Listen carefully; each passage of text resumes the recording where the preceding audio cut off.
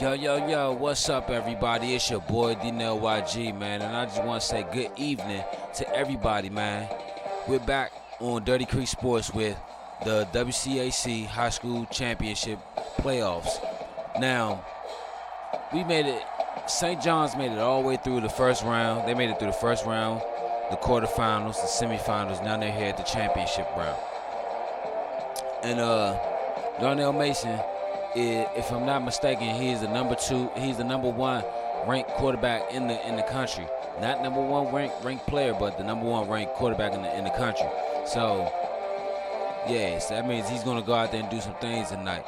Now, like I said in the last video, man, they're playing DeMatha for the high school championship.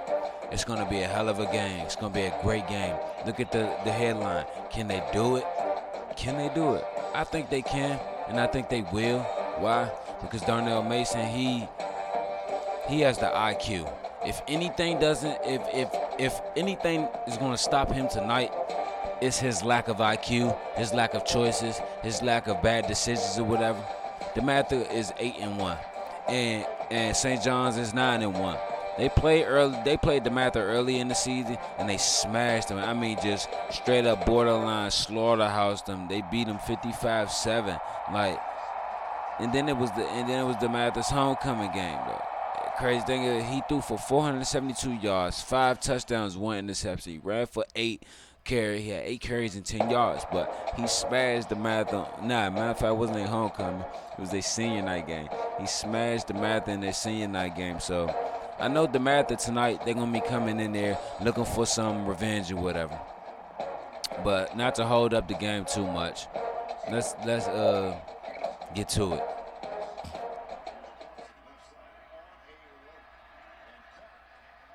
It's going to be a great game tonight, man. I know it is. I can feel it, y'all. And I hope y'all enjoy it.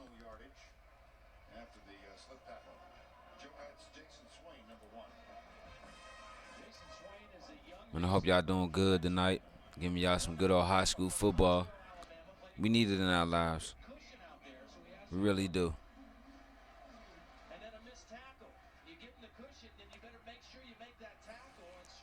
Like I said, you're going to get the whole game, defense and offense.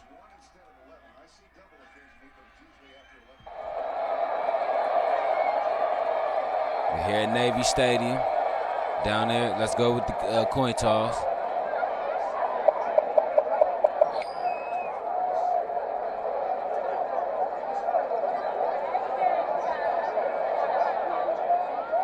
Okay, so like I said earlier,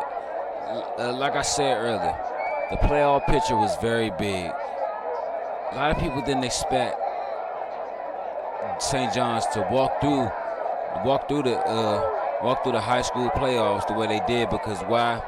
It's not much arm talent on Darnell Mason Jr. But they walked through the whole entire WCAC high school playoffs. They walked through Bel Air, beat Bel Air South 48-0, beat Cockeysville 42-0, beat Hoover 49-17. And like I said, they beat DeMatha in that senior night game. But in football, a lot of times, luck doesn't come around twice. Lightning doesn't strike usually twice in the same place. So here we is. We're gonna get into the game right now. So DeMatha's kicking it off. I wonder who they got. They got Ostrander back there.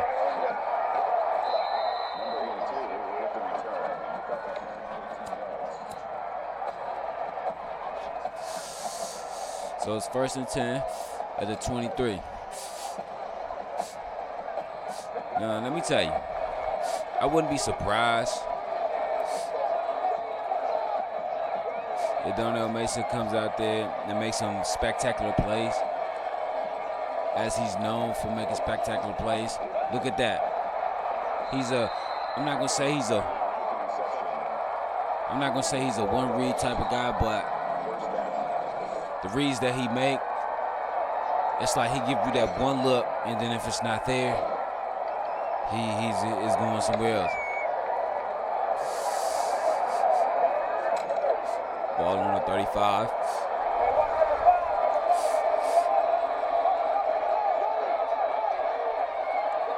Look how they stacked in the box, looking for the run. Oh. Let me tell you, DeMatha has a very good defensive unit, especially in their secondary. Last game, they got walked all over. They got walked all over by the St. John's Cadets.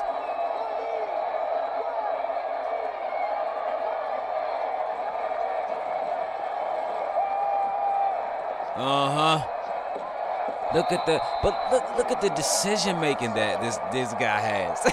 Like really, and like I said, it's not much arm talent, but they say he doesn't have much arm talent. But look where he just put it. Hey, come on, man, it's something there. But they say he doesn't have really good arm talent, but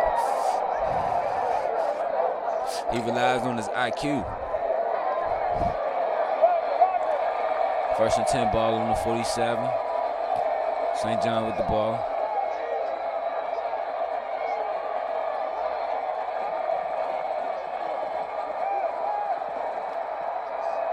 Hussein. Come on, bro. You can't be doing that. Chris Hussein, he hasn't been getting really that many catches this season because why? Things like that. I talked to Coach earlier, before the game started earlier, and I asked him, what is your game plan for getting Chris Hussein into the game? He was like, it's not really one there because they want to rely on their better players. Like, he can contribute, but they just want to rely and put the ball in the hands of their better players.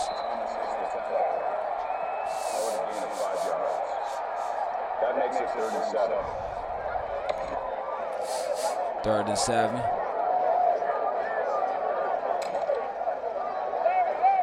Ball at midfield.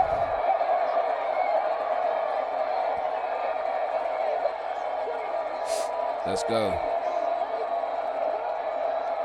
He loves the little fake snap. That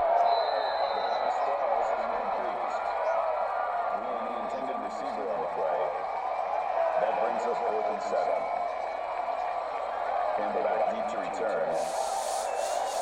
So this is going to be a great game today. I wouldn't be surprised. Can we get the flag?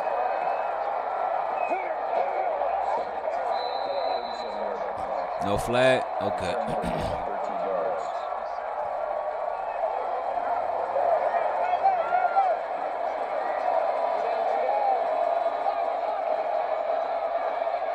Okay, so they coming out there. Oh. The fullback screen. Oh, they can't get him down.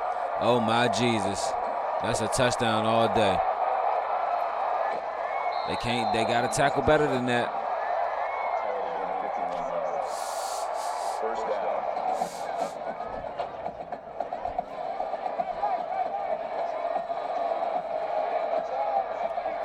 First championship game ever for Darnell Mason Jr. Will he get it? I like how they sent the defensive tackle into pass coverage.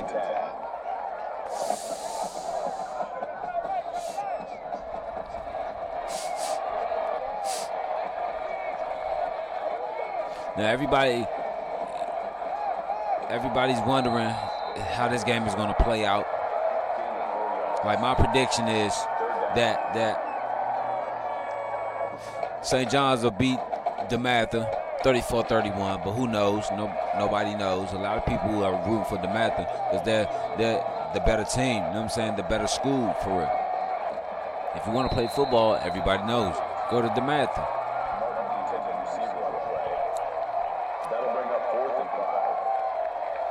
But you know what's crazy about that? It's one person that trumped that. Well, actually, two people that trumped that argument or whatever, and that was number one, Byron Leftwich, and the Davis brothers, Vernon and Vontae. Let me tell you, Byron Leftwich went to H.D. Woodson. He has a Super Bowl, and he played in the NFL. Vontae and Vernon Davis went to Dunbar High School in one of the most fucked up neighborhoods in Washington, D.C. And let me tell you, they made it to the NFL and went to good colleges. It's like everybody thinks the Washington, D.C. area has no talent for real. We have talent. It's just that we're overshadowed by gun violence and everything, and tragedy and poverty and everything. But my thing is, what city isn't for real? You know what I'm saying? No one city is perfect. No one country is perfect. But it's our talented. We choose to take the other road instead of the necessary road that's going to take us to where we're trying to get.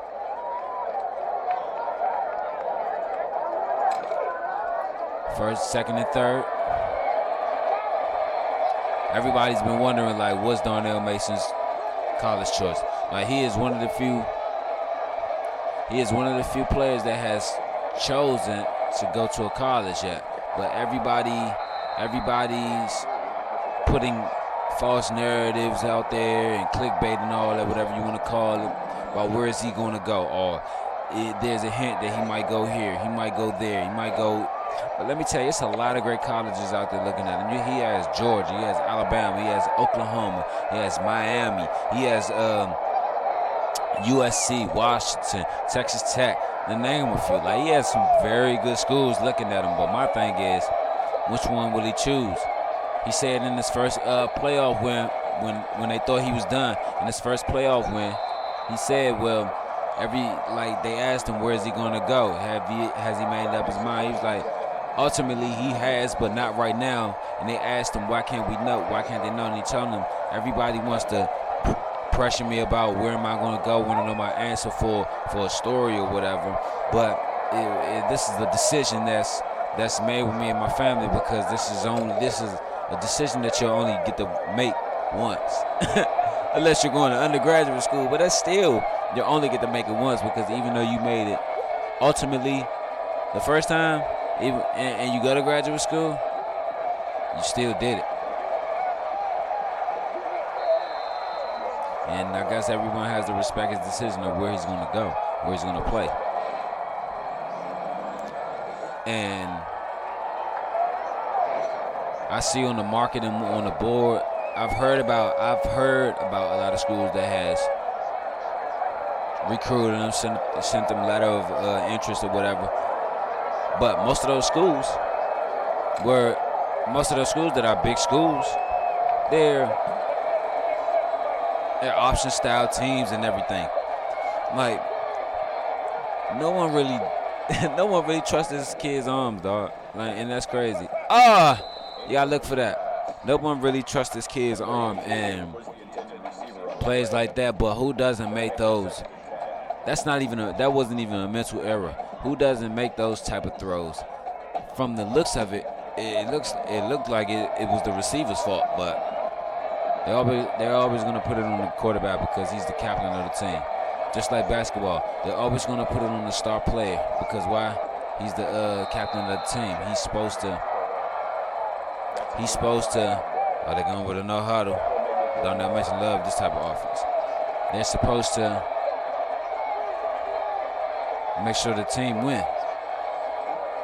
I see that. Look at that. Good.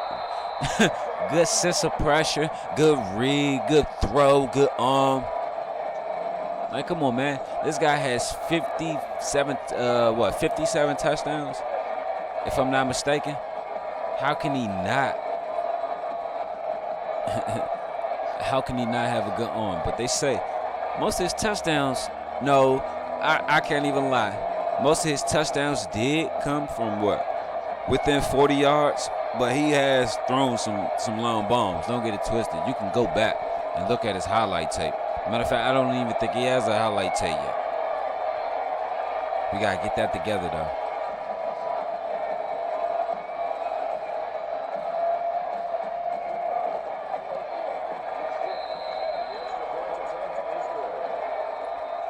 Man, this kid makes some awesome throws, man. Like,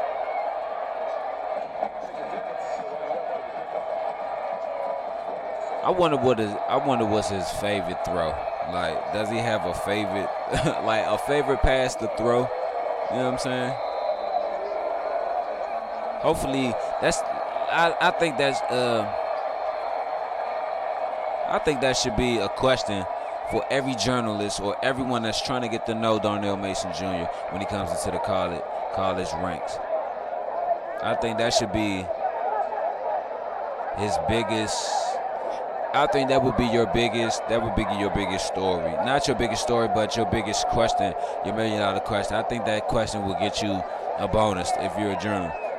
Because what's his favorite throw to make? Like, because no one knows. No one knows, like, what's his favorite throw to make? Why does he love playing quarterback? Like, what made him want to play quarterback or whatever? Who knows? DeMatha has the ball, 1st and 10. It's shaping up to be a good game. Let me tell you, this is how it should have been game 1. First, got him up first game. But you want to know why? That brings up 2nd and 1. You want to know why? I think, like, a lot of his games. Matter of fact, we have the sheet right there, and I'm glad that ESPN pulled it up right quick. Okay, let me tell you. Let's run down his games. We still look. Good pass by damn, I forgot his name. They got E. Walker out there. They got E. Walker out there. I thought that was Mallory. Jay White with the reception. They got Eric Walker out there tonight. I thought they had Kenny Mallory out there. Kenny Mallory, he must be hurt, so. With the option. I don't think that was a first down, but hey, who am I to be the ref? I don't have a yellow flag. Yes. But let's run his games down. Game 1 versus Johns Creek. Game 1, Johns Creek. 462 yards, 5 touchdowns. Hoover, Alabama. 450 yards, 6 touchdowns. Central Florida. 407 yards, 6 touchdowns, 4 interceptions. Now let's take a look at that right quick. 6 interceptions, 6 touchdowns, 4 interceptions. Why so many interceptions? Because he threw 6 touchdowns. But you probably be like, he threw 6 touchdowns last game, but he threw it 48 times in that Central game. So if you throw it 48 times, you're going to get about 4 interceptions. Game 3, Marietta, Georgia. 575 yards, 6 touchdowns, 2 interceptions, but he only threw it 39 times. Let me tell you, 39 times. Game 4, St. Joseph's Prep, 400 yards, 6 touchdowns, 3 interceptions. Bishop McNamara, 356 yards, 4 touchdowns, 1 interception. Our Lady Good Counsel, 384 yards, 5 touchdowns, no interceptions. DeMatha, 472 yards, 5 touchdowns, 1 interception. This kid got some good stats. Gonzaga, 472 yards, 4 touchdowns, no interceptions. Let's keep it going. Let's roll it to the playoffs. Bel Air South, 435 yards, 3 touchdowns, 2 interceptions. Cockeysville, 495 yards, 4 touchdowns, 3 interceptions. Hoover, 417 yards, 6 touchdowns, 2 interceptions. Now let me tell you, this kid can throw. But let me tell you, the reason he beat the hell out of all these teams. 49-17, 42-0, 48, 44. He's put up 44. He's averaged 40 points a game. Yeah, he's averaging 40 points a game in this high school senior game. But you want to know why?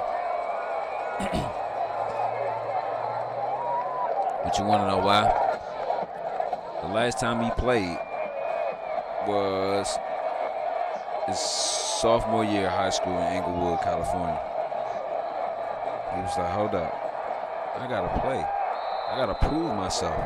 So what did he do? He went out there, he worked, he proved, he showed, he proved, he showed, and he proved. Now look, he's the #1 ranking quarterback. And this is how good of a quarterback he must be, because he's ranked #1 over the top passers. He's not a premier passer. He's an improviser. He's a scrambler. He can open up the playbook. Like that's what teams are looking for nowadays in college football. Like they're looking for a guy who can. Yes. Hold on. They're looking for guys who can open up the playbook and do what's necessary to get the win. They're stacking the line. Oh. Huh? Oh, all right. That makes it first and goal.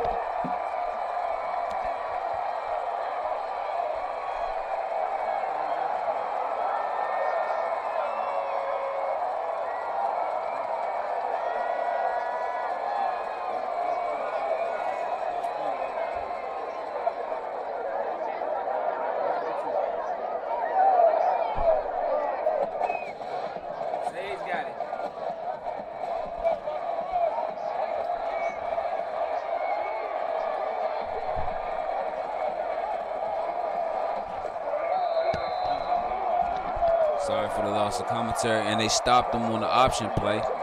Man, let me tell you, this game is cracking up. I gotta take a sip of my coffee because why? I knew tonight was going to be a hell of a game, and it was going to be a great game to watch. St. John's and DeMatha Catholic High School.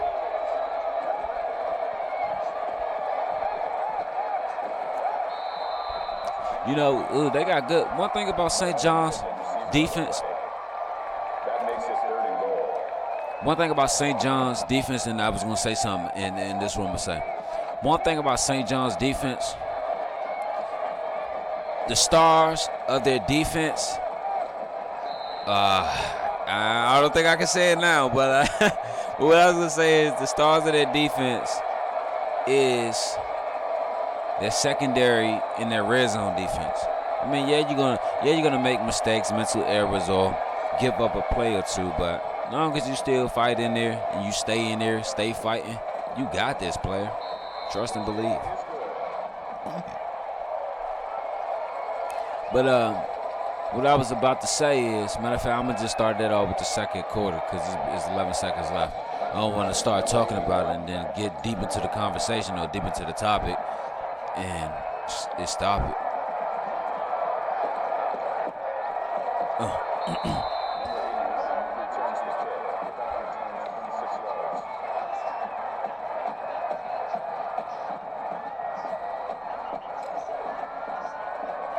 So St. John's come out 1st and 7. I wouldn't be surprised if they just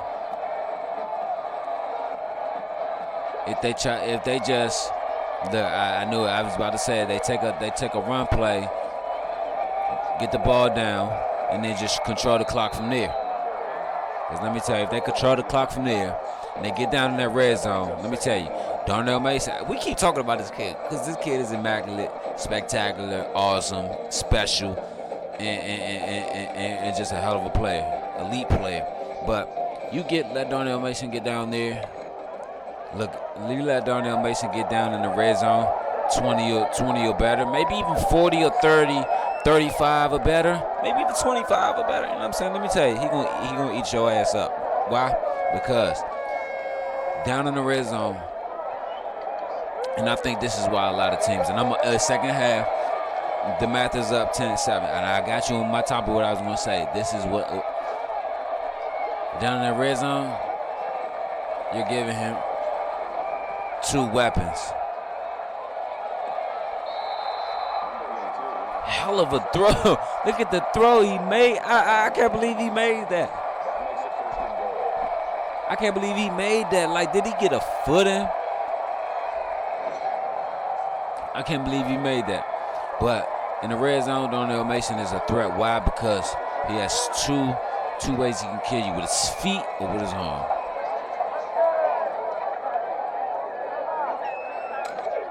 And let me tell you, watch this.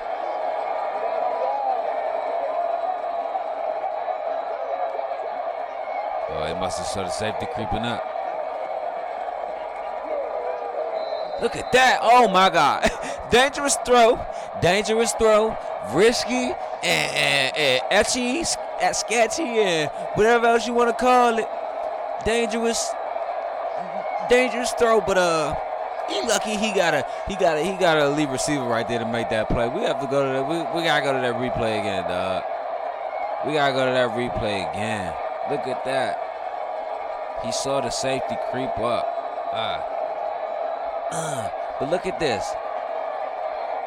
Pressure was coming from. Did you see the pressure from the blind side? Look at that. What can you do with that? What can you do with that? Running back's gonna have to pick up the blitz, and the left tackle's gonna have to pick up the blitz. Look how risky the throw was.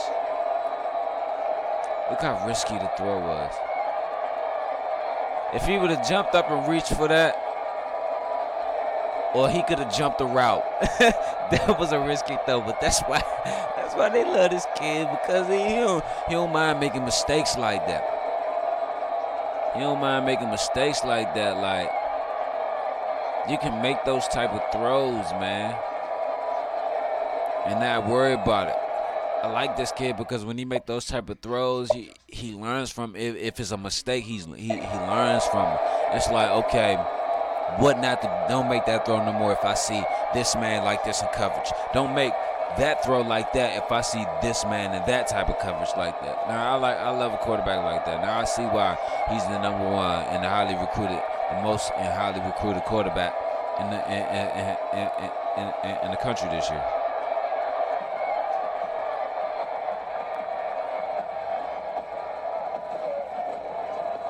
But when we come back, I haven't forgot about what I wanted to say. It's just been so much spectacularness.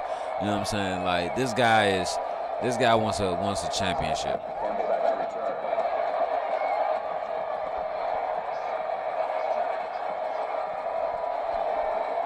Campbell with the kick, with the return. Barry Campbell got the 22-yard return. DeMatha brings it out.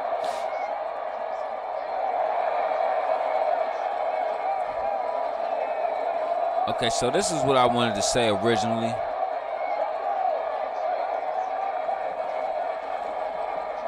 One thing about the one thing about the Washington D.C. Catholic Association Conference, lately for the past few years, their conference has been shaping up to be something to watch in Washington D.C.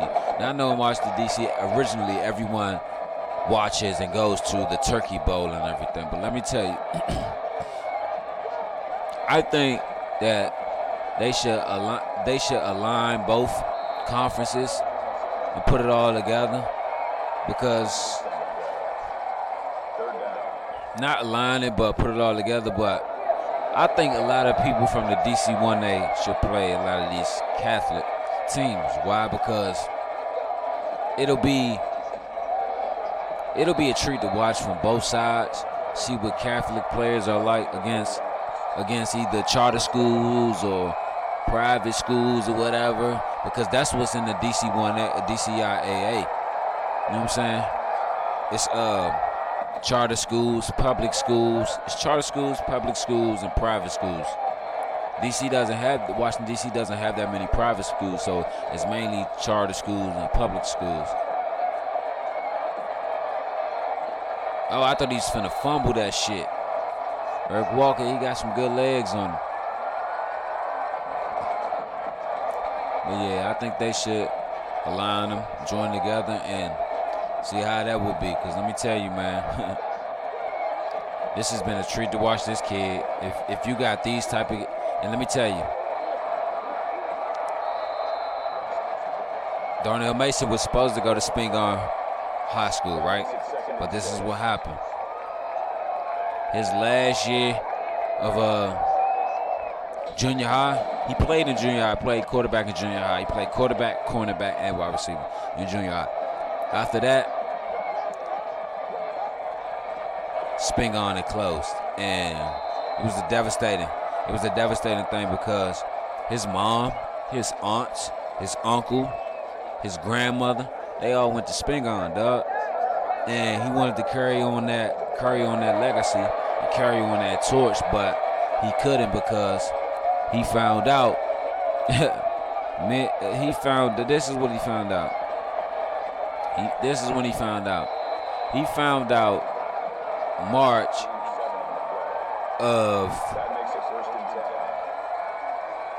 of his junior high year where he was about to go to high school.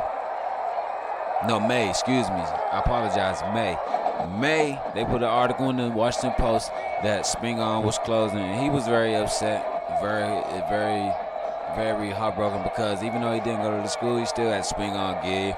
He had Spingarn, Letterman jackets made, interception. Told you. That's that St. John's defense that we've been talking about all game. So now, like I said, this game is going to come down to a very, very tough defensive game. If DeMatha don't step it up on this side of the ball right now, because if Darnell Mason goes down the field and scores a touchdown, it's over for these guys. But yeah, he was very dedicated to Spingarn. Like I said, his mom, his aunts, his uncles, his grandmom, his grandfather even went there. You know what I'm saying? And his cousin, you know what I'm saying, who he looked up to, went there. He just wanted to go to Spingarn. He wanted to bring a high school championship to Spingarn. But it looked like he wouldn't do it. So what happened was he went, you know what I'm saying, he moved back to California to be with his family for a minute. And they told him he had to go to school. He couldn't just be out there and do nothing. He had to go to school. So he went to school for 2 years out there. While he was out there in high school, he joined the music club and everything. Did the music thing or whatever. He was out there or whatever, and then got into a little bit of trouble. Then he had to come back out here, finish his junior in his high school year. So.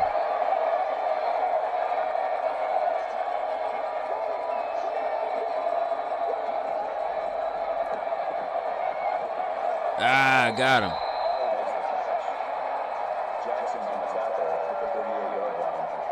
So yeah, I'm just proud to see that he bounced back, found a school, even though he only got out there for his senior year. Well, mainly because he was mostly in trouble. Again, his junior year, or whatever. We're not gonna get into specific details or whatever. But I'm just finally glad that by his senior year, he finally got it together, because I saw the arm talent of this kid, man. It was like, whew. Like, this guy deserves a shot if no one doesn't give it to him. And I'm glad that St. John's gave him a shot to show what he can do. And I think that's mainly another reason why a lot of schools aren't trying to recruit him or bring him in, because the type of person he is, like, he's not rebellious, but if he feeling in his heart that something is not right and something is wrong or whatever, and he feeling in his heart that you don't have the authority to tell him to do this or whatever, then yeah, he's gonna rebel against it. But it's not being rebellious. It's just looking out for his own good or whatever. Like, no one looked out for his own good but him growing up and everything. So we got St. John's and DeMatha, 14-10. Incomplete pass was the last one. Ball on the 45. I'm sitting here watching his old Alabama-Tennessee game from 2003. This one, Brady Coyle was Croyle was their quarterback.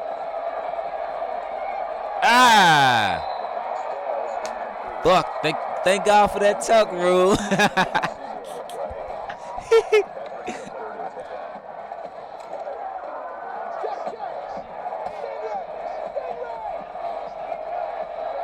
I thought they was just going to go down the field and just march the ball down there, but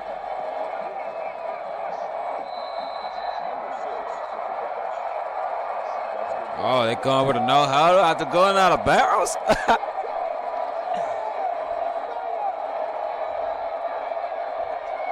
I wonder how you take that play shit off. I don't like looking at the plays after I done called the play already. Oh, and they convert on the first down. Alex Howe. Let me tell you, Alex Howe has been a hoss all year. Like, come on, man. He's been a hoss all year. And give the ball to that young man.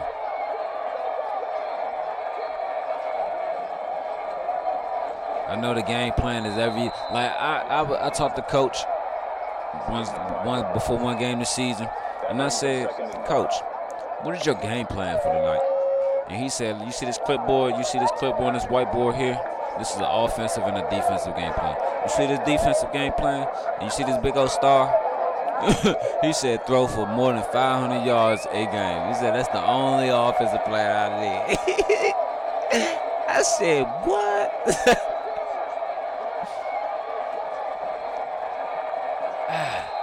I read that shit wrong. Oh yeah, I ain't crazy, y'all. No shit. I'm just trying to entertain y'all. You know what I'm saying? Like, come on.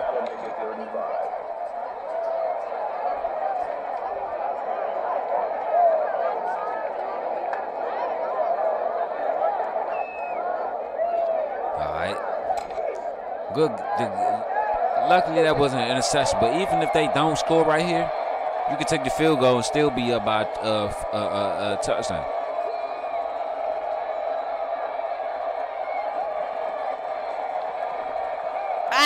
There we go. Rivero with the catch, and first and goal. Felix Rivero, that's his first catch of the game. Like for Felix Rivero, he's been that guy that no one pays attention to, but it's best that you do pay attention to him, because if you don't, he's gonna run over top of you, player. I mean, I run over top of you, but he's going to get open, make big plays, big score. And one thing I noticed about Darnell Mason, he loves that tight. He loves I'm not going to say this is his favorite throw, because I did say that about earlier, but he loves to throw to his tight end. And why? Because he feels that in the NFL, he feels like since the evolution of the game of football, tight ends are overlooked, and I do believe that, and he truly believes that. That's why he feel like good run, Alex Howe, 3-yard run, touchdown. St. John, they go up 20-10. They make this extra point, they'll be up 21-10. But he feels that tight ends, they're overlooked or whatever, and they really are. Like, look at guys like Travis Kelce, Gronkowski, Todd Heap, and all guys like them, Tony Gonzalez and everything. Why you think Tom Brady's leading receiver every year is Gronkowski? I ain't gonna say his leading receiver every year is Gronkowski, but majority of every year, mostly, his leading receiver is Gronkowski. Why? Because Gronk, he come with the crunk. You know what I'm saying? Gronk gonna bump with you. You feel me? A lot of people say, nah, I think the wide receiver should be the man. Let me tell you, if you could use your tight end to the best. Ooh, good play. Ooh, they should have went for the interception. Let me tell you, if they went for the interception and scored and ran it back, that would have sealed the game.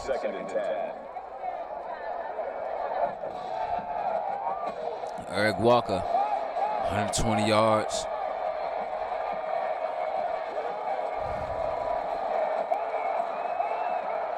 Oh.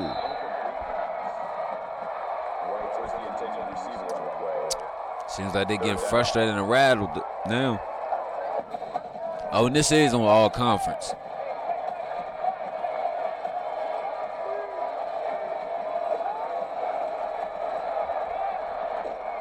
Ooh. Great open field tackle, man. Let me tell you. Like I said, their defense. it's gonna come down to defense.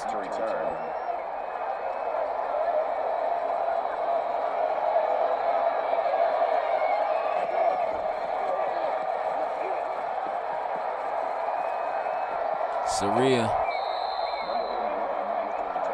That's crazy about Gio. Like he usually, like when I play with Gio, he usually does a good job, man. Like when they put him in the game or whatever.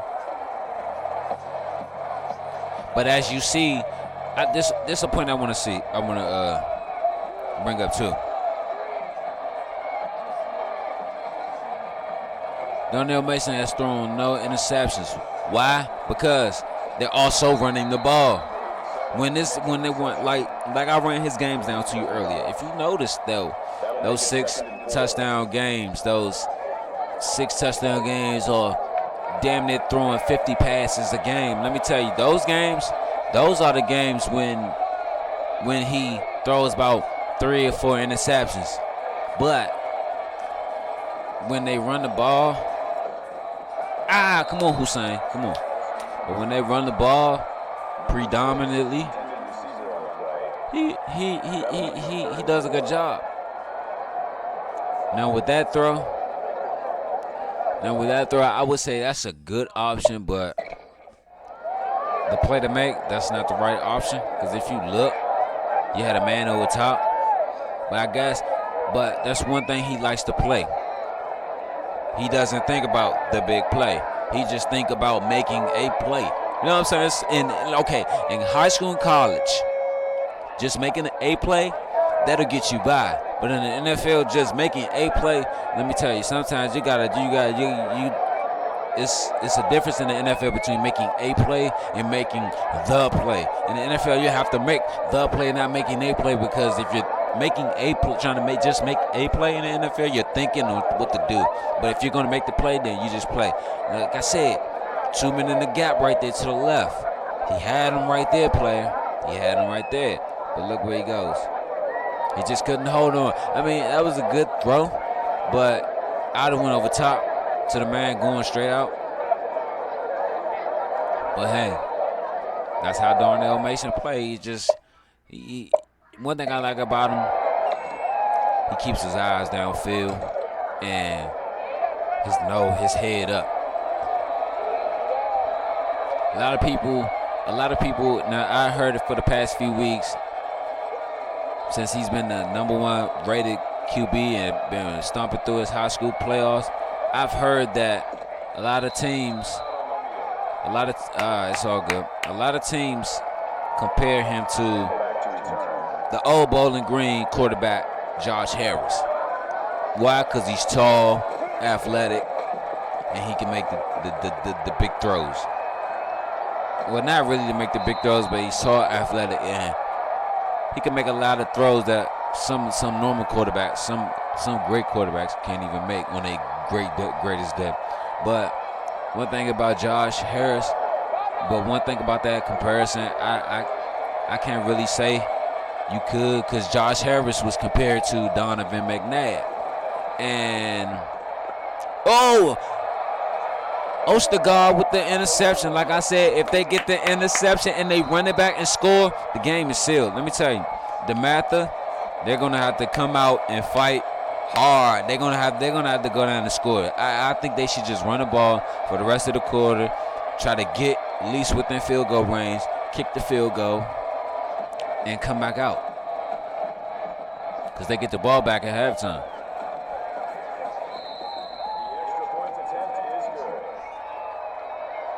But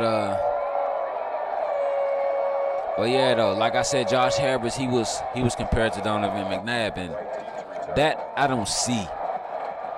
All right, a few people say, he could be compared to Randall Cunningham. Randall Cunningham, no. Me, I would say he's the black Tom Brady. Why? Because he throws more than he runs, and when he throws, he makes the proper and the correct throws. Okay, if you're not saying he's the black Tom Brady, we could say he could be compared to Russell Wilson, Patrick Mahomes, Steve Young, because he has his mobility isn't all that great. Patrick Mahomes, Russell Wilson, Steve Young,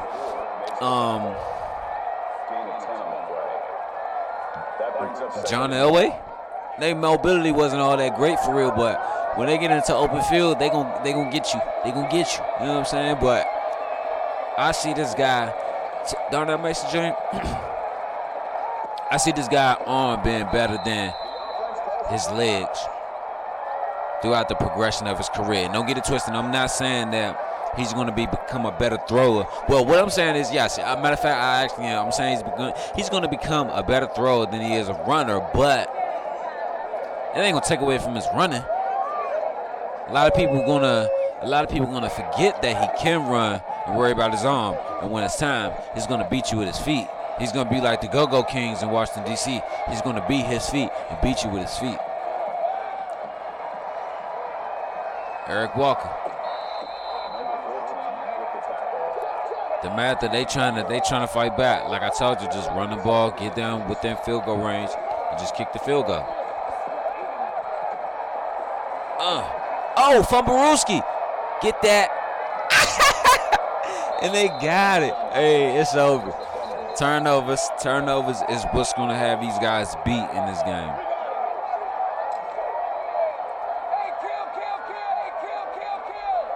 Turnovers is what's going to have these guys beat in this game. And they already committed 3 already. They committed 3, 2 in a row, so it is done. Their confidence is shot. I see it now. Confidence is shot. Their confidence is about to be shot.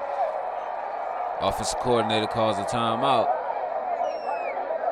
I know he's the head coach, but fuck that. He's the offensive coordinator in this season.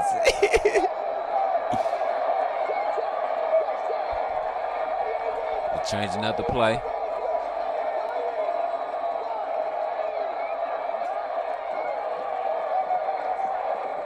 Oh my goodness, up the middle. Oh yeah, but matter of fact, we're gonna bring that back. Second half. That's the topic for the first of the second half. QB comparison.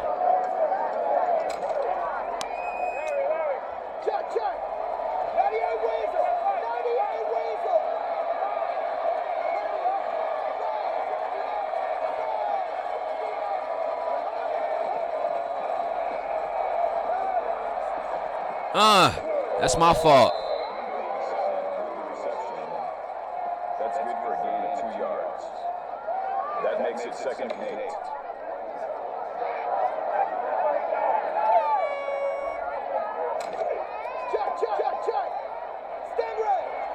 That nigga Birdie stupid, man.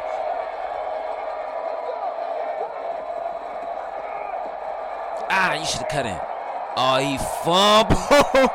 He fumbled. Oh, it's all good. Well, that's the end of the first half of the high school champion, the WCAC high school championship. We're about to go to commercial break or whatever. You know what I'm saying? Do your little halftime thing. And we're going to come back. Oh, it is 8 minutes. Okay, and we're going to come back with the second half and give you more commentary and more great topics. So let me get back to this right here.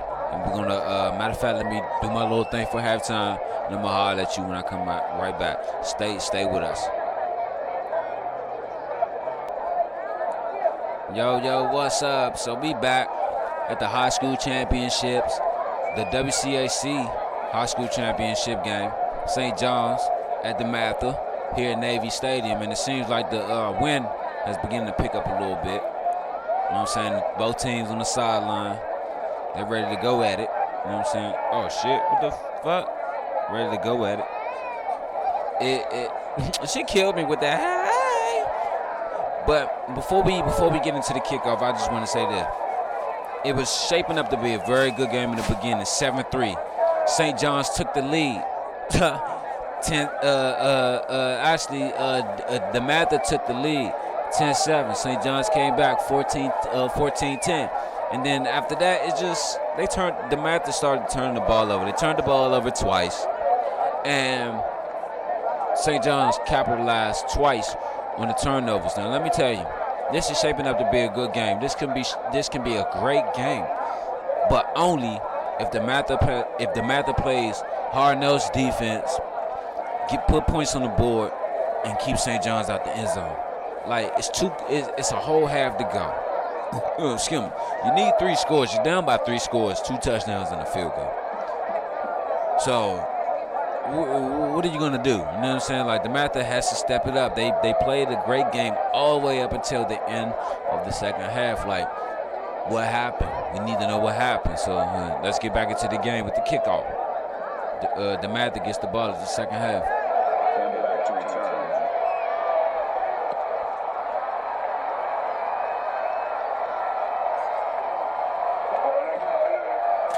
Oh! Don't tell me he about to house it. I thought he's finna take it to the crib. Oh, that was clipping.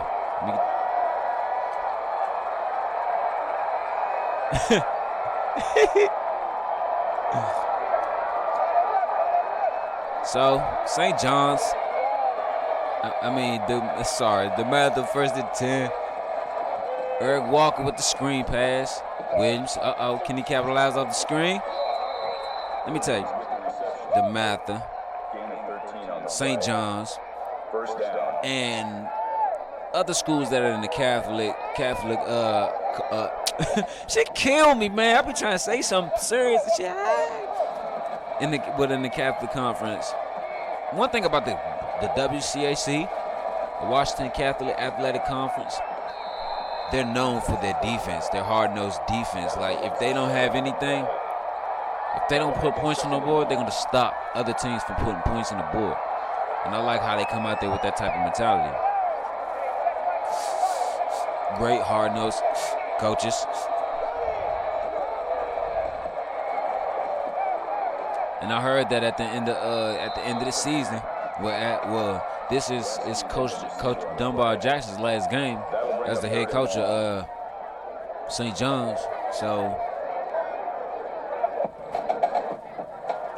we want to know if that's true. Whatever we asked him, is it true or not? He was like, most likely it could be. This will be the. He said most. These were his words. He said most likely this will be the last game that he plays as a head coach of high school football, because he said he wanted to go on and do other opportunities, other coaching opportunities. He said he wants to stay in sports, but where do he want to go? They asked him, did he want to be an offensive coordinator, defensive coordinator, head coach? He said he don't know, but right now he knows that he's eyeing for the college ranks right now. So if he can make it into the college ranks as a coordinator or whatever, and write his own ticket, I believe that he'll make progress. So St. John's take over at the 49, first and 10. There you go. And we were talking earlier about Darnell Mason Jr., his quarterback comparison. I said earlier that a lot of people has compared him to be like Josh Harris of Bowling Green, but like I said, I really don't see that, because Josh Harris of Bowling Green was compared to Donovan McNabb. Great passer, you know what I'm saying, but wasn't that good of a scrambler. He could get you the first down, but he wasn't a mass scrambler. The person, like I said, I believe he's more of a Patrick Mahomes, Tom Brady, or I feel like he has the qualities. I'm going to break it down. I feel like that he has the qualities. Tom Brady, Patrick Mahomes, Russell Wilson, and Peyton Manning. Tom Brady. We're going to start at Peyton Manning. Peyton Manning, he has the abilities, he has the quality of that quick release, coming out there. He can release the ball, and he can find the open receiver within 1.5 seconds or whatever and hit him. Tom Brady, he has that pocket poise. Russell Wilson, he has the ability to see. Look at that. Look at that. Come on, man. He has the ability. Russell Wilson, he has the ability to improvise, make the big play when there is no play. Patrick Mahomes. I don't give a damn what nobody say. I know you can't say damn on ESPN. Forgive me, but I seen Marcus Spears and all these other guys do it, so I'm gonna say, I don't give a damn what you say. This guy can put it down the field like Patrick Mahomes. And if you don't believe me, go back to a lot of his previous videos, his high school videos that he did this year, and watch it. Look at that throw. Look at the throws he make. Look at that. Come on, man. And you see why he's the number one quarterback in the ranking. Not the number one. I believe he should be. No, I can't really say the number one player because like he has thrown a ton of interceptions, and you can't be throwing all those interceptions and be called the number one player in the country. Like, you got some players that come out of high school their senior year and go to college, and as a quarterback, and then they only thrown 0 interceptions their high school year. But let me tell you, these interceptions that he's throwing now, it's going to make him better throughout college and the NFL. Why? Because he's made the mistakes already. He's made the mental errors already. He's made the breakdowns. He's went through the mental breakdowns and all that in his career early on. That's good. I believe it. I look at it like this.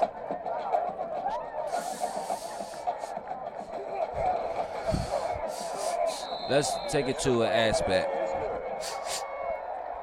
of an area which he loves, music. Okay, if you're a child prodigy in music, one of the greatest rap stars at 10, 11, child rap stars, just like child actors. When you're a child actor, you're great as a child actor, but when you become a grown person, you know that thing, it's like you're past your prime already. Well, no, wait. You're out of your prime already. Because why? Your prime was in your youth or whatever. So when you become a grown man, nobody really wants to deal with you anymore. You know what I'm saying? Oh, for a start, it's like you're out of your prime. So when you become a grown man, you're still trying to make that, still trying to have that same edge that you had as a younger, but it's gone already because you didn't use it all up. You didn't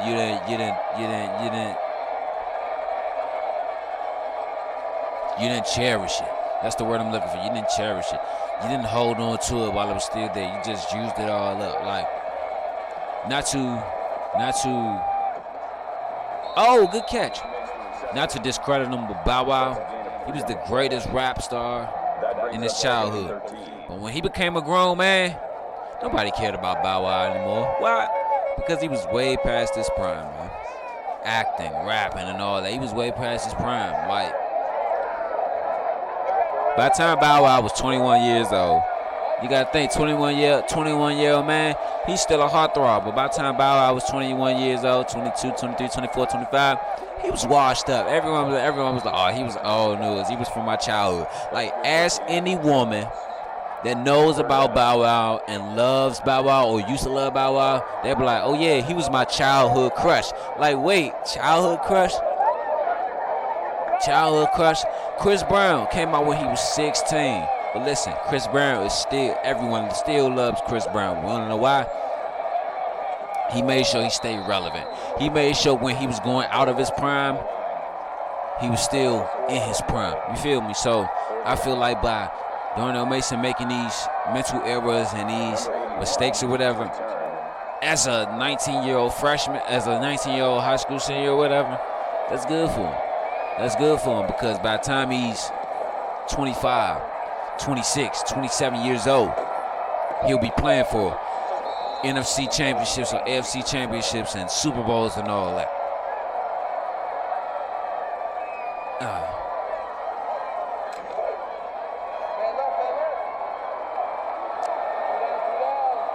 First and 10. A lot of people want to know what's his college destinations. There you go. Good throw. See, look at that. Pick his poison. Everybody wants to know what his college destinations is. I spoke to him earlier before the game or whatever. Of course, he was at home chilling with his family before the game so he can get mentally ready. But we talked on the phone, not as an interview, but just as a casual conversation. He said, I asked him, where do you want to go? Because you got schools like Ohio State, Miami, Florida State, Alabama, Georgia, Oklahoma looking at you. I said, where do you want to go? He said, you know what? That's... shit!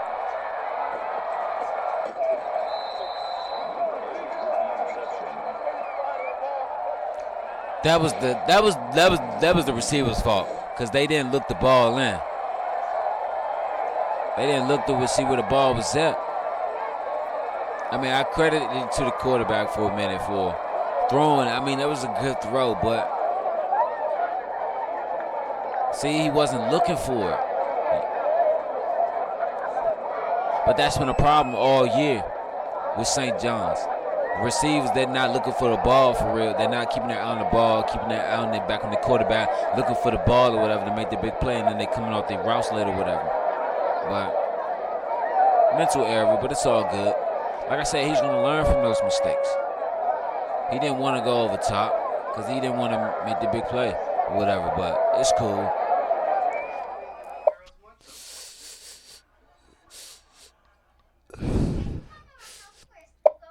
Like I said, but like we were talking about, we had some because there's a lot of good schools: Ohio State, Miami, Florida State, Alabama, Georgia, Oklahoma, USC, Tennessee, Michigan. But where do you want to go? He was like, you know what? It's only 2 people that has ever asked me. That since college scouts has been looking at me. He said my uncle and you. He was like, but he said, right now, I don't know. I'm undecided. He was like, it's a lot of big schools I want to go to, but I'm undecided. But I'll know my decision when I know I'm sure. I know my decision when I know it. Like when I see it, when I feel it, when I find it, then I'll know. And then when I'll know, everybody else will know. And I was like, man, that's special. I feel like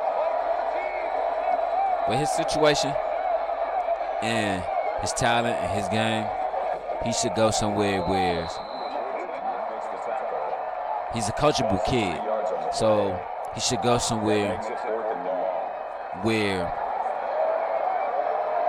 the guys can coach. You got Ohio State, you got Georgia, Oklahoma, Alabama, you got North Carolina, Texas, you know what I'm saying? Florida State won.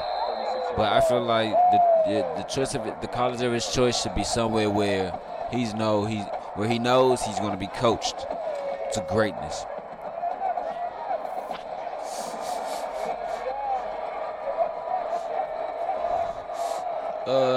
Over there.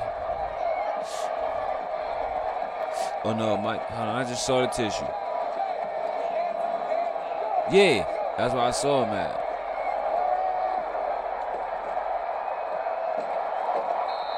When he grabbed it in.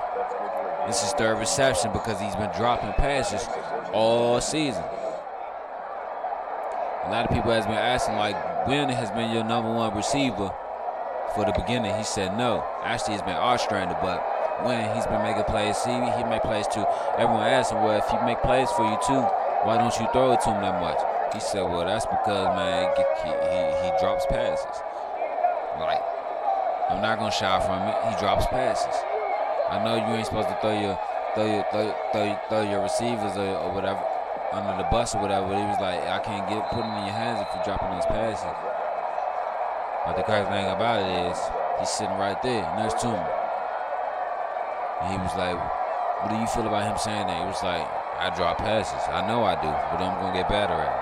I like that.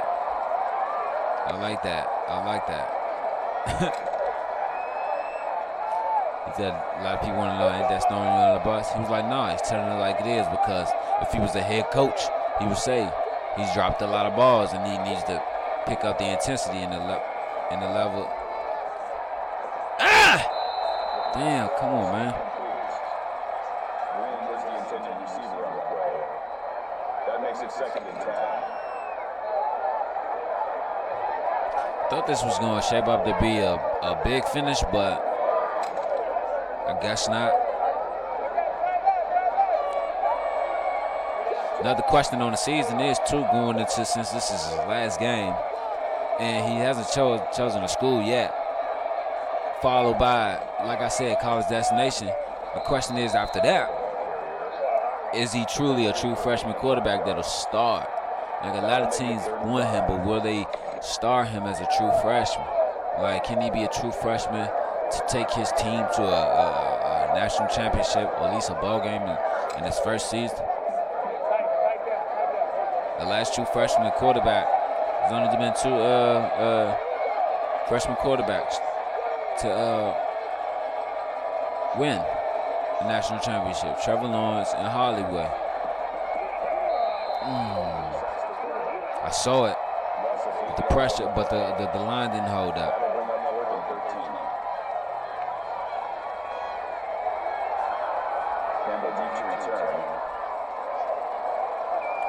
He's got to punt the ball. That's another thing.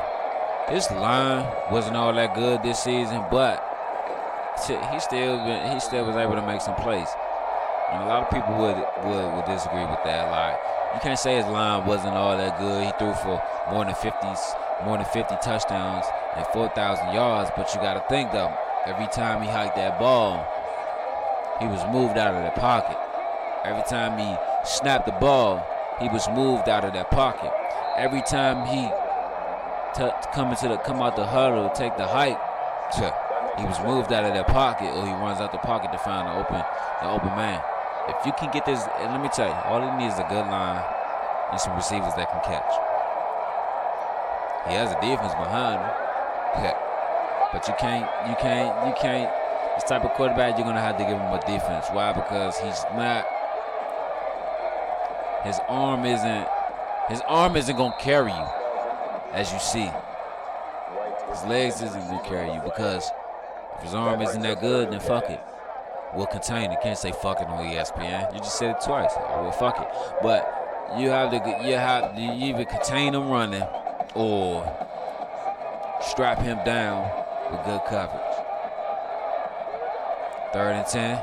Going with the fullback. What the fuck is that? A salad bowl? That's supposed to be a grill. Oh, that's supposed to be a fake grill. Put that down. Put that down.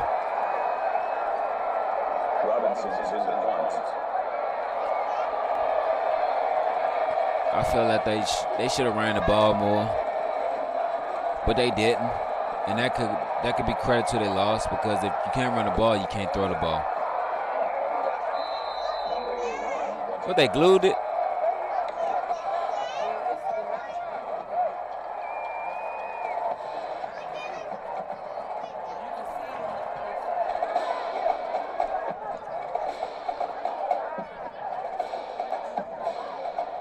Hold up.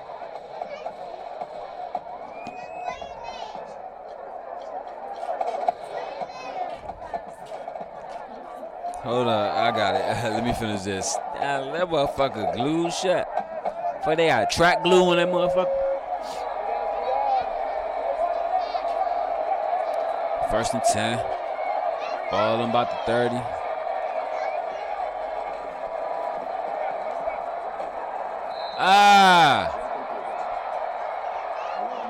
It doesn't matter if he throws it away or throws it in the open space. They're not really gonna call it an intentional grounding, but I feel that he should, a pass like that. I feel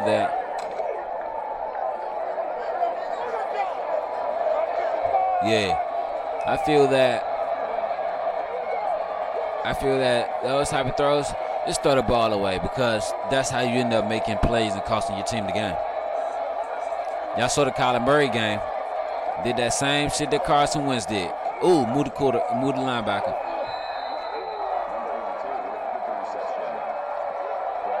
Greg Ostrander did good, man.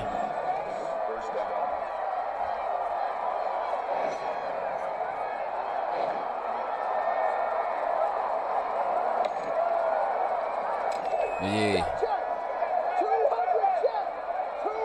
Pull a Carson Wentz. You can't pull a Carson Wentz. I'd rather take an intentional grounding than pull a Carson Wentz, nigga. Fuck that.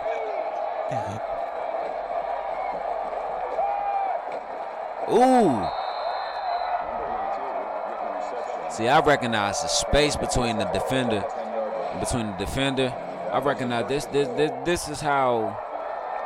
This is why he's a good quarterback, because he recognizes the space between the defender how much space is in the zone and how much blanket is covering the receiver.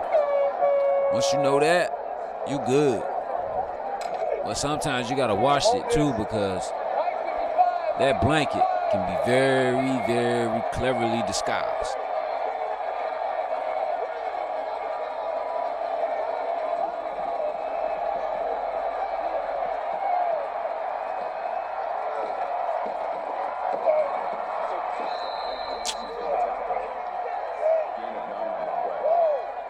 That brings up second and goal.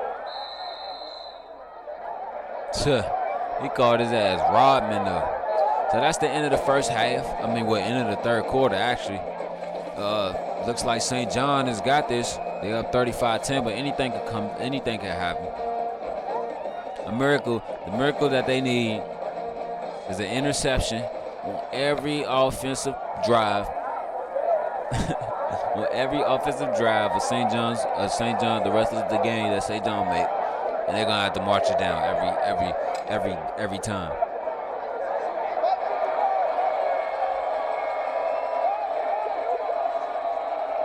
He's changing the play. He sees something.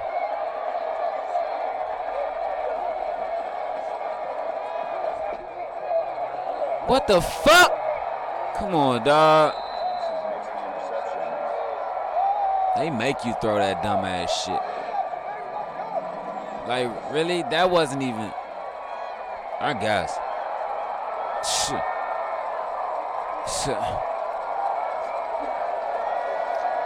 Spoke it up, but it's all good. Like I said, those are the mental errors and mental mistakes that he's going to make early in his career. That's good.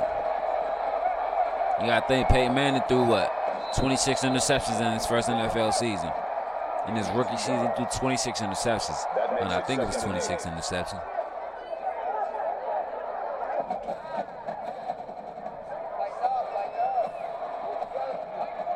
What happened?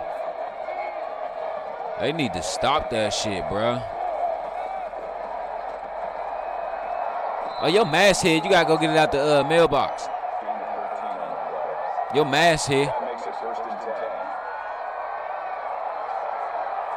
So they converted.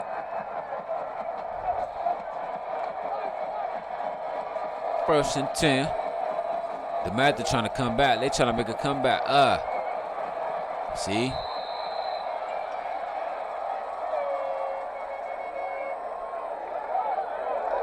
This nigga stupid.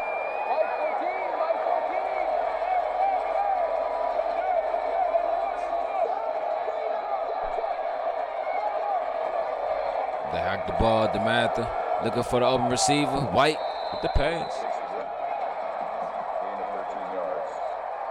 First down. Now DeMatha is really gonna have to really make a stomp if they really want to come back. Yeah, 28. It was 28. Okay. I'm about to say, I knew it was like 26. It was 28. This man threw 28 interceptions his rookie year. But look, he later on in his career, he went on to win 2 Super Bowls. Tom Brady didn't play a game beginning of his career. The first game he ever played, he took his team to a Super Bowl that year. Bad throw. Like, come on, man. You throwing 32 passes and only completing 17. That's why your team is playing so horrible. Quarterback play. How can you be 8-1?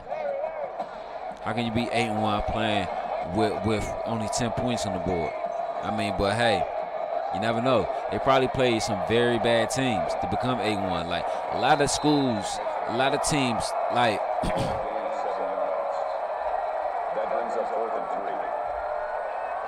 I'm gonna break it down like this. That nigga stupid. I'm gonna break it down like this. The Rams, they showed and proved. Why? Because all season they lost to good teams. They lost to good teams, and the only teams they were beating were very bad teams, turnover and downs, and it's over. I feel that they should get 2 more passes in. I feel like they should throw 1 more touchdown and then just come back, let the defense do their thing, and then just in the game. But the Rams, they every team that they lost to were very good teams, and every team that they beat were very bad teams. And that was safety creeping up. Linebacker move. There's a lot of movement on that defense.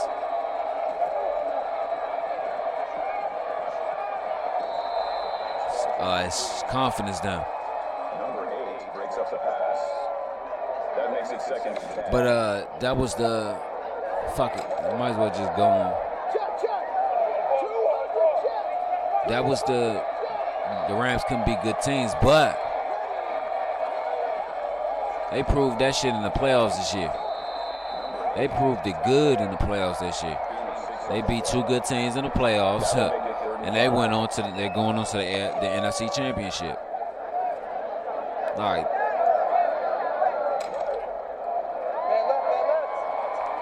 They probably played 8 horrible teams, 1 good team. Got through the playoffs. Got through the playoffs, and now they up against the best team in the playoffs.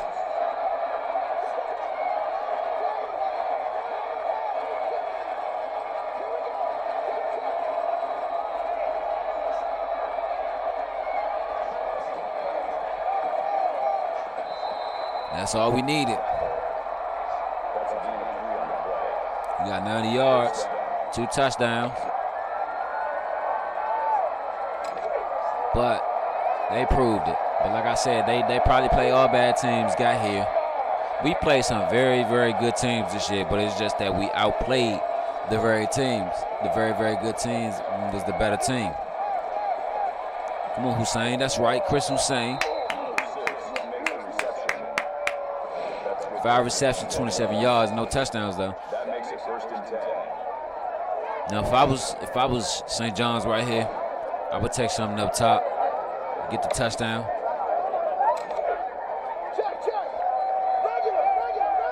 Because I feel like they should just end the game right here.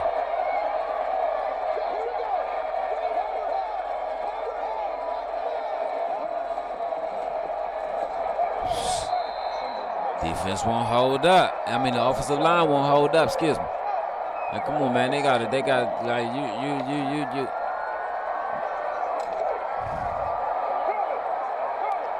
Didn't really have like I said, he didn't really have a good offensive line this year, but he still made it work.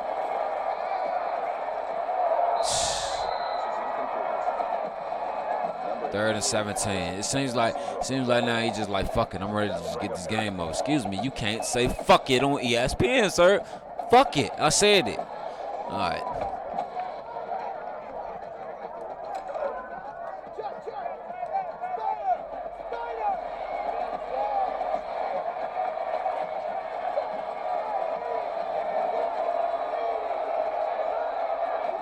Right, don't mean you growing up.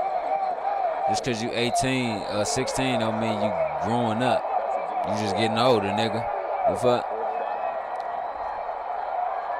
So they didn't get it. I agree with just running the ball.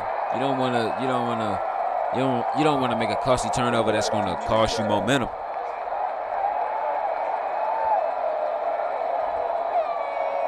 It's been an awesome game so far from the beginning to the end, even though DeMatha is just getting blown out and smashed. I thought it was going to be a good one for a moment, but I see that it isn't, so hey.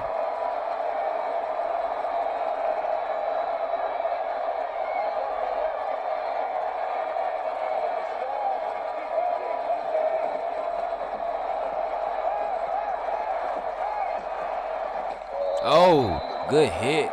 Island Gatewood with the reception, 6 yards. That'll make it 2nd and 4. We're down to the last 4 minutes of the game. Now, a lot of people wants to know too is how much playing time will he get? But that's going back to what I asked earlier. Will he be a true freshman? Will he be another true freshman to start at whatever school he chooses? You know what I'm saying? And signing day is tomorrow. He's going to make his choice tomorrow, hopefully. He said, because he did say in the last interview he took, he said hopefully he's going to make his choice after the day after the championship game. Could be just a spin to the media or whatever, but hopefully he makes his choice. Oh, they couldn't convert? It's over. But how much playing time is he going to get as a true freshman, wherever he goes at? Can he maximize his playing time? Because there's a lot of schools out here looking for a quarterback, because you got offers from a lot of schools. So I see that there's a lot of schools out here looking for a quarterback like this guy. Well, it's 3:29 left on the clock. DeMatha played the best game that they could all season, but it wasn't enough. Probably them Maba just pounded away at him. Alex Howe, 17 rushes, 98 yards, 2 touchdowns.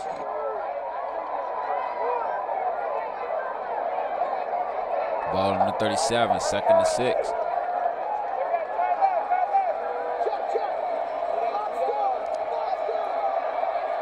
As you look and see that his poise is just ultimately ready. Like, his pocket presence is ultimately ready. He stands in there. I never seen no quarterback take a hit the way he does after releasing the ball. Like, he takes it. He's known for taking the big hit. Like, he needs to get a line that's gonna protect him, because he's tall but he's lanky. Like, he's tall but he's lanky. So if you take a big hit like that in college, where the linebackers are getting bigger and faster every day, then goodbye. I'm gonna snap that guy like a twig. 1st and 10 on the 24th. High school or college doesn't have for 2 minutes, so my guess that they'll take it under the 2-minute mark before the play clock goes dead. What the hell?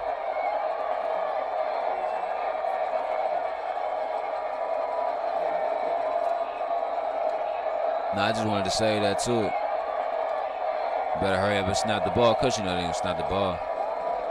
They just trying to get it under the 2-minute mark. And that's it.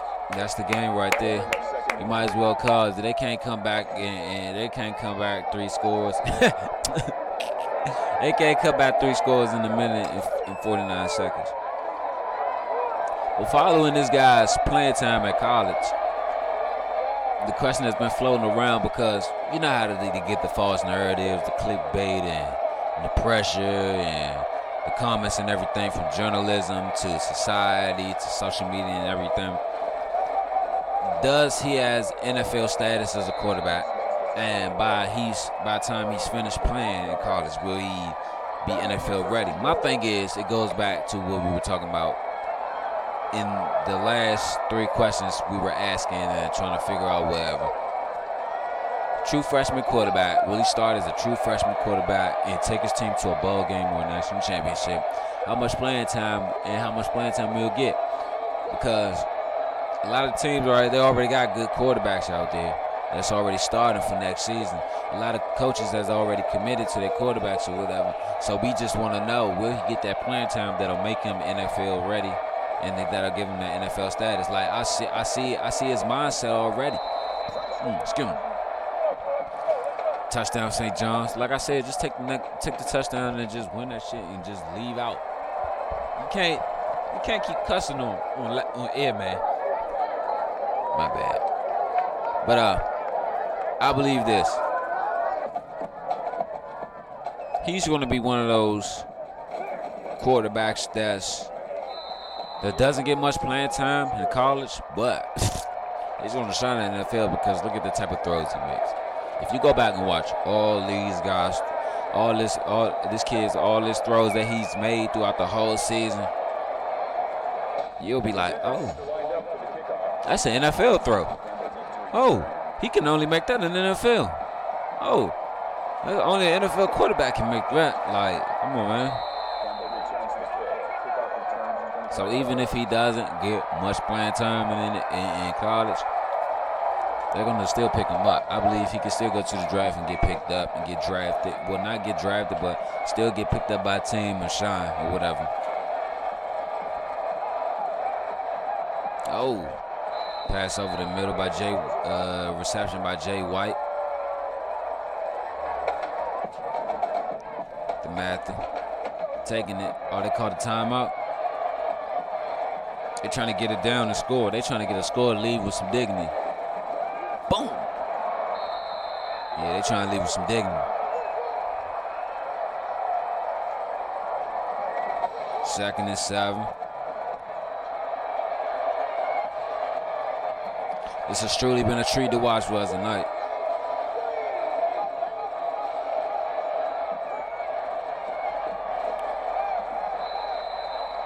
Eric Walker threw 2 interceptions, 1 touchdown.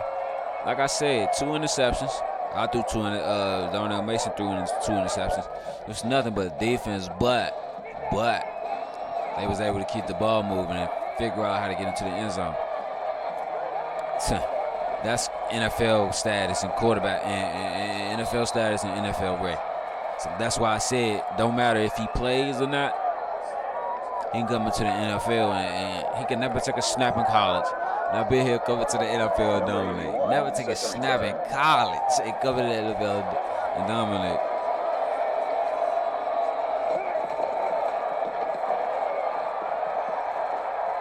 They punt the ball away.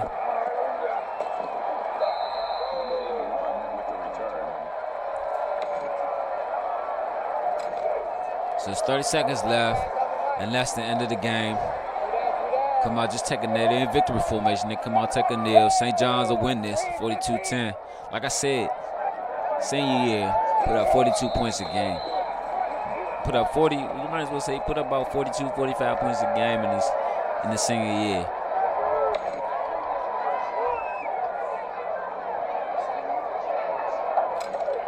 And that's amazing. Second and, well, no need to call out what down it is. They could just come out and down it. Or they could just let the clock run out. This has been a very special treat to give y'all the WCAC High School Playoffs Championship game. St. John's at DeMatha here at Navy Stadium in Annapolis, Maryland. And St. John's, they leave out with the win, 42-10. Of course, the player game you already know is probably going to be Darnell Mason Jr. I told you this kid has the kneel downs to play the game. Wow. But I tell you, this kid has that it factor. He has an NFL factor, that eye for it all. Alex Howe, what? Thank you for attending today's ball game. Please drive home safely. He really doesn't have that it factor or whatever. But I ain't tripping. He came out and got the win tonight. My bad, my mind was still stuck on it. They let my man get it, so that's what's up, man. Good throws, good passes. Good way to play the game. This kid knows how to play the game. He knows how to put the ball in the end zone. He knows how to get into the end zone. Good reads, good throws. Like I said, the decisions that he's going to make is going to help him in the long run because he knows where to put the ball and where not to put the ball. Coach said every time you see this kid, he's film watching or whatever. St. John's is the campus, so he's always on campus versus being at home or whatever. So, like I said, this kid has a bright future in college, in the NFL. We can't wait to see him make his college decision. Like you said, he's going to make it tomorrow. Don't know if it's going to be tomorrow night or tomorrow evening, whenever. But he said he's making his decision tomorrow. Coach Dunbar Jackson, this is his last game he coached.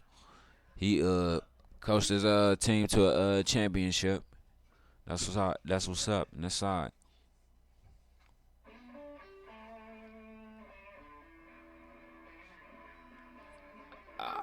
He played a hell of a game, though. I can't lie. I got to give it to him.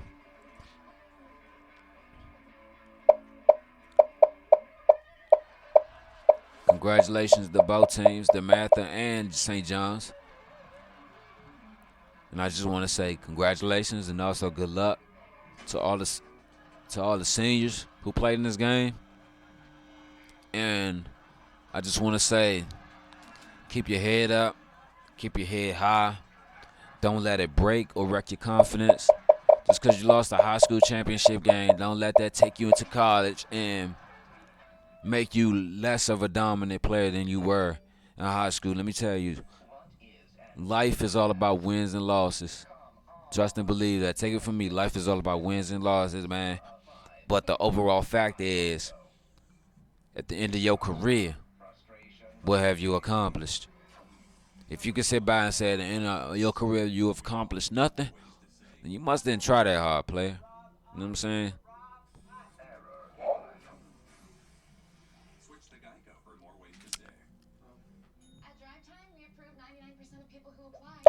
So that's the end of the high school championship game. St. John's beat DeMatha 42-10. And a great game from start to finish. It was great defensively and everything. Even though St. John's came out with the win, but still though, it was a great game from start to finish, man. You could give it to both of them if you could, man. But shout out to the player of the game. See, look, UW. But that's the end of this game. That's the end of the high school season. Much love to all the seniors and everyone on the staff, on each staff of every school. And we just want to say congratulations. Make your choice, make your pick. Darnell Mason, his signing day will be tomorrow. He will choose his school tomorrow. So I just want to say, all you guys, stay tuned and check that out and whatever, and check that out and just I see y'all at the beginning of the college season. Oh.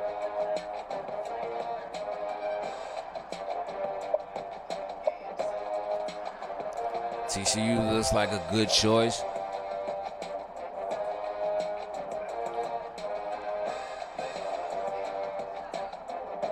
Auto saving in progress. Damn, I got 1,900 recruiting points.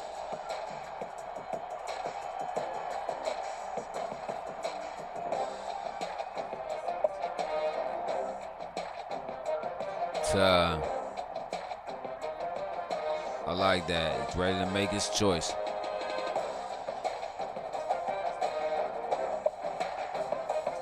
Before we matter of fact, before we do, I'm gonna just show you all his college choices tomorrow during signing day. So, man, like I said, man, thank you for watching this. Thank you for joining in. Thank you for tuning in. And I just want to say, man, I see y'all tomorrow at signing day. Man, don't worry, man. Y'all gonna love it, man.